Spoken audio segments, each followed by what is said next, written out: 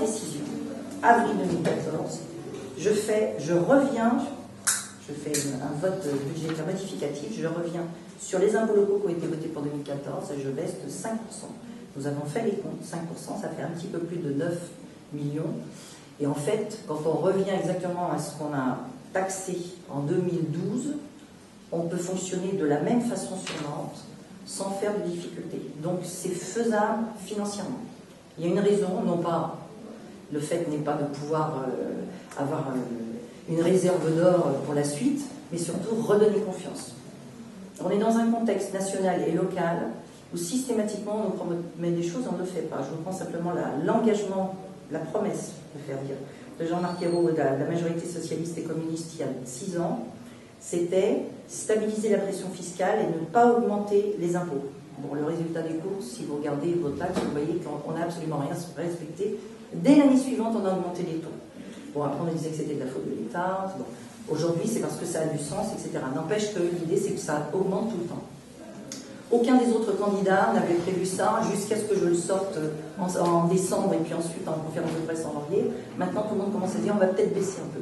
Bon, c'est pas très raisonnable. L'idée, c'est vraiment de donner une image, si vous voulez. On n'est pas là pour récupérer de l'argent sur le dos des Nantais. Les Nantais ne sont pas la variable d'ajustement pour faire face à des dépenses qu'on pourrait peut-être mieux encadrer, mieux limiter, mieux contrôler.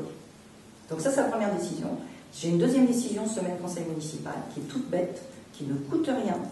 C'est de remettre en place un système pour changer les plans de circulation à Nantes. Quoi que l'on veuille, qu'on aime ou qu'on n'aime pas la voiture, à un moment donné, elle est incontournable dans la vie.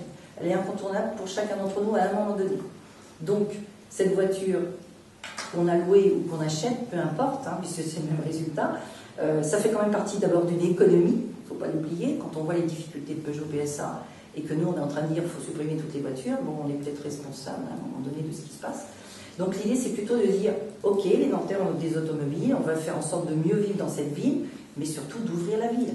Nous, Nantais, si on vit au centre-ville, sans voiture, dans les rues piétonnières, très bien, on va s'en sortir. Mais tous les Nantais n'habitent pas dans le centre-ville. Et toutes les personnes qui viennent à Nantes ne sont pas des Nantais. Donc l'idée, c'est de faire venir des gens de la métropole, d'abord, qui viennent travailler dans Nantes. On sait qu'il y a un flou extrêmement important, c'est notre problème. Et puis de faire venir aussi les personnes extérieures qui veulent voir notre belle ville. Il faut quand même être réaliste. On essaie d'attirer des touristes, on dépense énormément d'argent pour le tourisme, et derrière, on ferme les portes. Donc l'idée, c'est de revoir le plan de circulation. Alors ça signifie derrière plein de choses.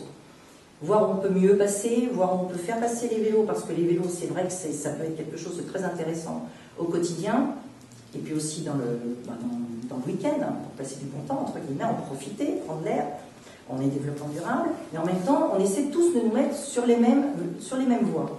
Aujourd'hui, pourquoi est-ce qu'on n'essaie pas de trouver des voies vélos, des circuits vélos, hein, qui seraient respectés pour les vélos, où il n'y aurait pas d'automobile, et ce qui fait qu'on aurait les automobiles d'un côté et les vélos de l'autre côté. On a une ville qui s'y prête. Hein. J'avais fait quelques propositions au conseil de quartier il y a 2 ans. Bon, ça n'a pas été pris en compte, bien entendu, puisque j'ai été exclue de ce conseil de quartier.